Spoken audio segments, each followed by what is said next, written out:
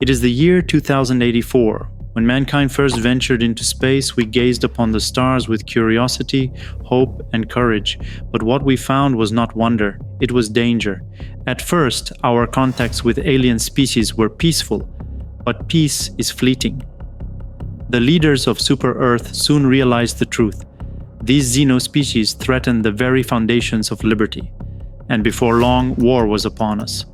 Thus began the First Galactic War, a conflict that would last 40 years, a war against not one, but 3 hostile factions, united only by their hatred for freedom.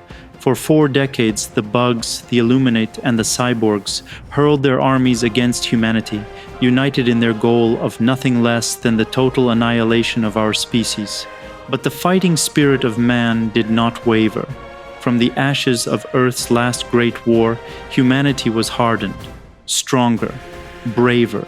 Every man, woman, and child of Super Earth was called to prove themselves in the ultimate test, the courage to defend managed democracy.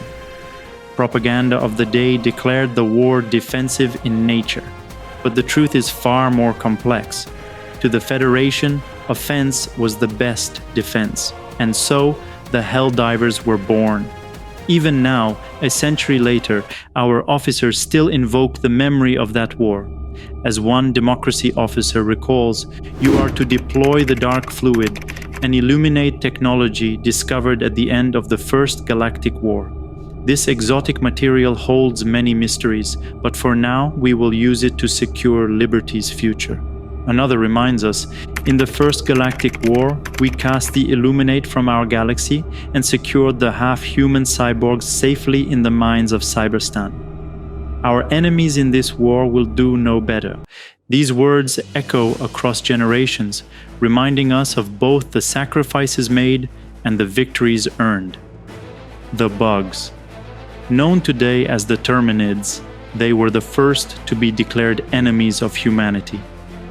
Though the official story paints them as aggressors, the truth is darker. During humanity's early expansion, super-Earth colonists settled bug-infested planets, disturbing their nests while exploiting them for their oil, element 710.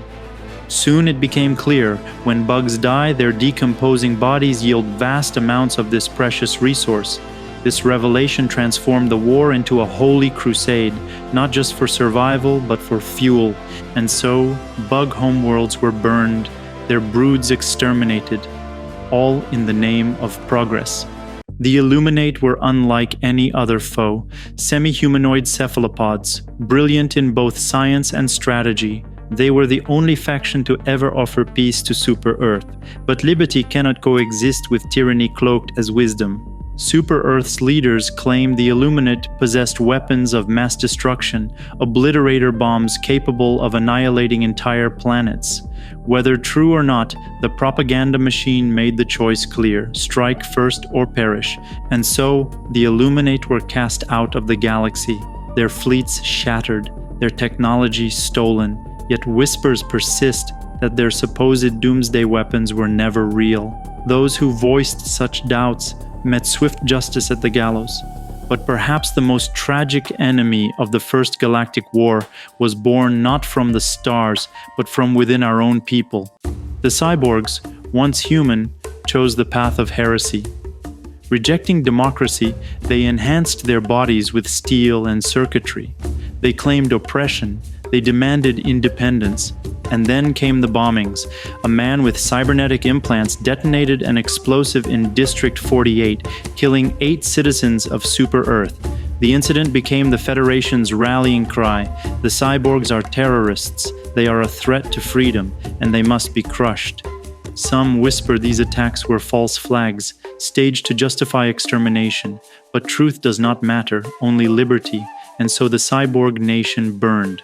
The First Galactic War was defined by fire, sacrifice, and bloodshed across countless worlds. Some battles are lost to history, others remain immortal.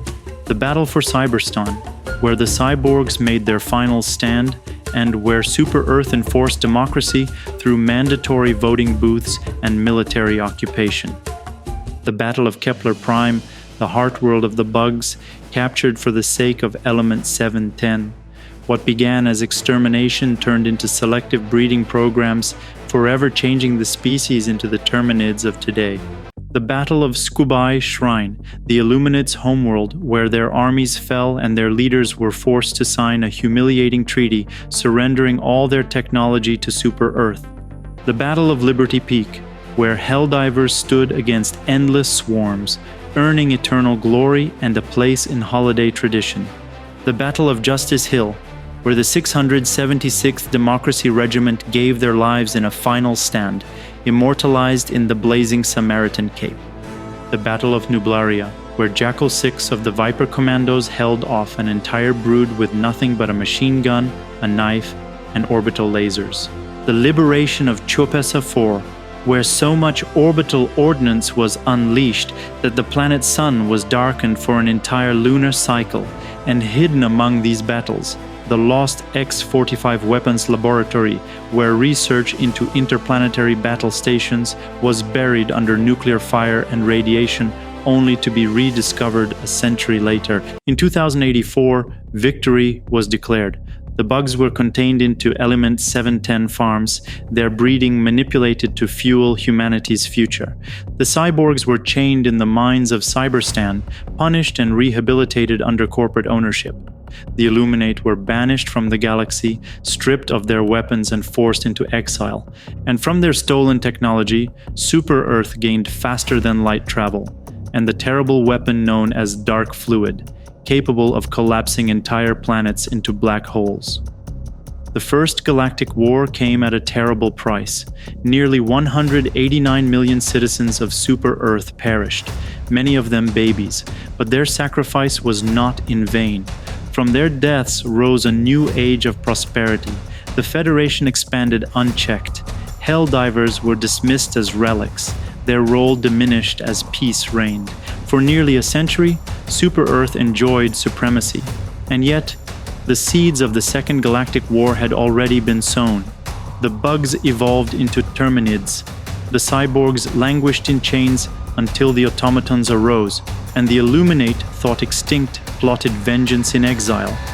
By the time the last veteran of the First Galactic War passed away at the age of 103, his final words were, "Serving was my life's greatest honor, an honor now passed to us, to this generation, to every Helldiver.